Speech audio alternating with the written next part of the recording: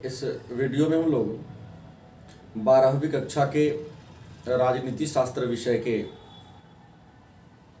खंड व chapter number 3 के महत्वपूर्ण लघु उत्तरीय और दीर्घोत्तरीय प्रश्नों पर अपनी चर्चा करेंगे। चैप्टर नंबर 3 जिसका नाम है विश्व राजनीति में अमेरिकी प्रभुत्व या अमेरिकी वर्चस्व।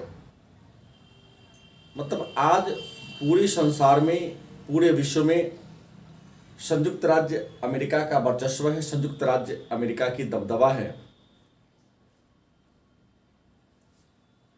इसी से संबंधित कुछ महत्वपूर्ण प्रश्न और उसके ठोस उदाहरण के बारे में हम लोग चर्चा करेंगे। तो पहला प्रश्न है, अमेरिकी प्रभुत्व से आप क्या समझते हैं? पहला प्रश्न है, अमेरिकी प्रभुत्व से आप क्या समझते हैं?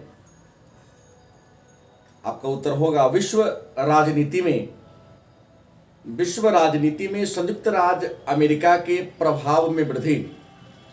विश्व के राजनीति में संयुक्त राज्य अमेरिका के प्रभाव में वृद्धि को हम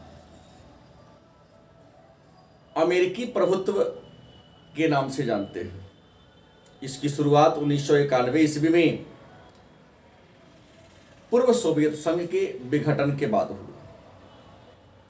दूसरा प्रश्न है, विश्व राजनीति में अमेरिकी प्रभुत्व के लक्षणों को लिखें। विश्व राजनीति में अमेरिकी प्रभुत्व के लक्षणों को लिखें। मतलब प्रश्न कहना चाहता है कि आप उन लक्षणों को बतावें जो यह सिद्ध करता है कि अमेरिका का संपूर्ण विश्व में दबदबा है, संपूर्ण विश्व में प्रभाव है। तो आपका उत्तर होगा विश्व राजनीति में अमेरिकी प्रभुत्व के लक्षण है। नंबर 1 में अमेरिका एक नई विश्व की रचना करना चाहता है, एक ऐसे संसार की रचना करना चाहता है जो संसार आतंक से, भय से मुक्त हो। दूसरा, संयुक्त राज्य अमेरिका कई बार यूएनओ मतलब संयुक्त राष्ट्र संघ के सिद्धांतों को स्वेच्छाचारी तरीके से संचालन करता है। मतलब अमेरिका, ऐसा देखा गया है कई बार कि अमेरिका यूएनओ के कानून की भी अवहेलना कर देता है। तीसरा, अमेरिका हमेशा कूटनीति या दमनकारी कूटनीति का प्रयोग करता है। मतलब जो देश आगे बढ़ रहा हो, कोई ना कोई षड्यंत्र या किसी न किसी चाल के माध्यम से वह उस देश को पीछे करने का प्रयास करता है। तीसरा, अमेरिका सर्वसत्तावादी व्यवस्था और आतंकवाद का निराकरण करती है। आज अमेरिका आगे इसलिए है कि सर्वसत्तावादी जो व्यवस्था है, यदि किसी देश में तानाशाही शासन है, अधिनायकवादी व्यवस्था है और आतंकवाद का दबदबा है, प्रभाव है, तो अमेरिका उसे कुचलने का या दबाने का प्रयास करता है। इसके अलावा अमेरिका अंतर्राष्ट्रीय विवादों का मध्यस्थ बनकर काम करता है। विश्व में कहीं भी लड़ाई झगड़ा हो, अमेरिका मध्यस्थ बनकर, बिचौलिया बनकर उस विवाद को समझाने का, सुलझाने का काम करता है। छठा पॉइंट है कि नई अंतर्राष्ट्रीय आर्थिक व्यवस्था का विरोध। कुछ ऐसे बदलाव संसार में हो रहे हैं जिस चेंजिंग या बदलाव में अमेरिका का कोई नाम ना हो, प्रभाव ना हो, तो अमेरिका ऐसी व्यवस्था का विरोध करता है। और 7वां नंबर टॉपिक, अमेरिका विश्व में शांति व्यवस्था को स्थापित करना चाहता है। ये अमेरिकी प्रभुत्व के लक्षण है। अगला प्रश्न है, ऑपरेशन डेजर्ट स्टॉर्म क्या है? ऑपरेशन डेजर्ट स्टॉर्म क्या है? आपका उत्तर होगा संयुक्त राज्य अमेरिका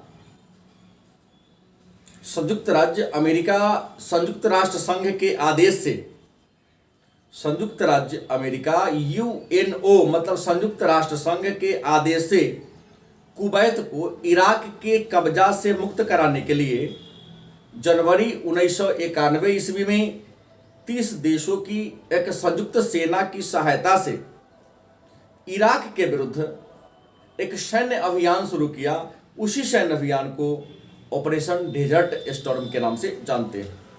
इस अभियान में 75% सैनिक अमेरिका के थे और 27 फरवरी 1991 ईस्वी को इस अभियान के द्वारा ही कुवैत इराक की कब्जा से मुक्त हो गया। अगला प्रश्न है ऑपरेशन इराकी फ्रीडम क्या है? ऑपरेशन इराकी फ्रीडम क्या है? आपका उत्तर होगा अमेरिका के राष्ट्रपति जॉर्ज बुश ने।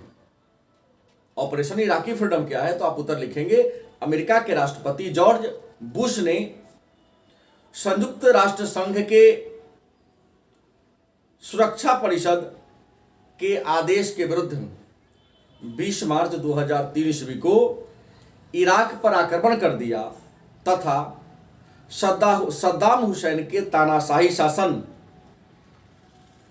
से मुक्त कराने के लिए एक अभियान चलाया। इसी अभियान को ऑपरेशन इराकी फ्रीडम के नाम से जानते हैं।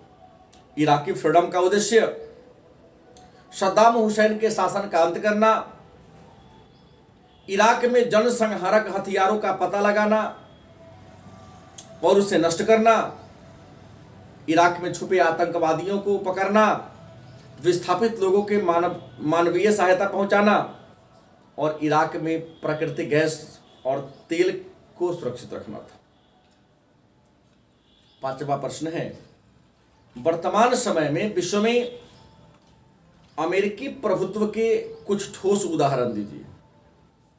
वर्तमान समय में विश्व में अमेरिकी प्रभुत्व के कुछ ठोस उदाहरण लिखिए।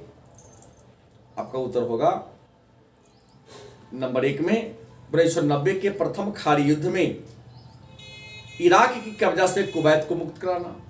दूसरा 2001 में अफगानिस्तान से तालिबान के शासन को सफाया करना। 2001 ईस्वी में अफगानिस्तान से तालिबान के शासन को सफाया करना। नंबर 3 इराक पर आक्रमण करके सद्दाम हुसैन के तानाशाही शासन व्यवस्था को समाप्त करना।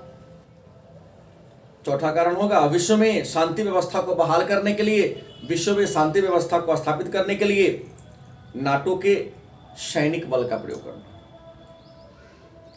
और छठा प्रश्न है तालिबान कौन है या तालिबान क्या है? तालिबान कौन है या तालिबान क्या है? तो आपका उत्तर होगा तालिबान एक आतंकवादी ग्रुप है।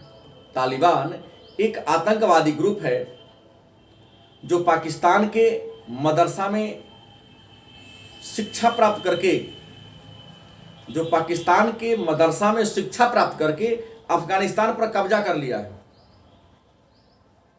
और कई देशों में, संसार के कई देशों में आतंकवादी गतिविधियों को अंजाम दे रहा है। और अंतिम प्रश्न है प्रथम खाड़ी युद्ध के कारणों को लिखें।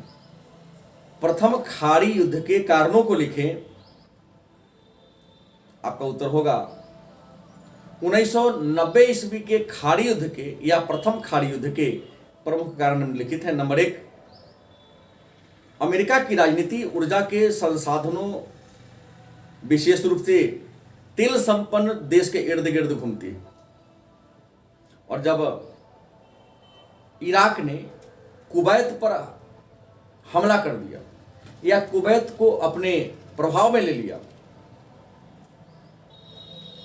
चूंकि कुवैत के पास प्राकृतिक संसाधन, प्राकृतिक गैस और पेट्रोलियम के भंडार थे, इस कारण अमेरिका ने इराक पर हमला बोल दिया यूएनओ के आदेश के अनुसार।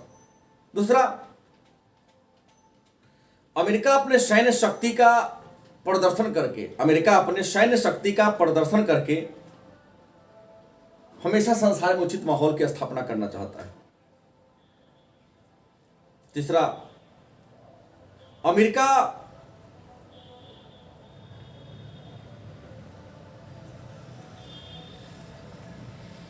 हमेशा चाहता है कि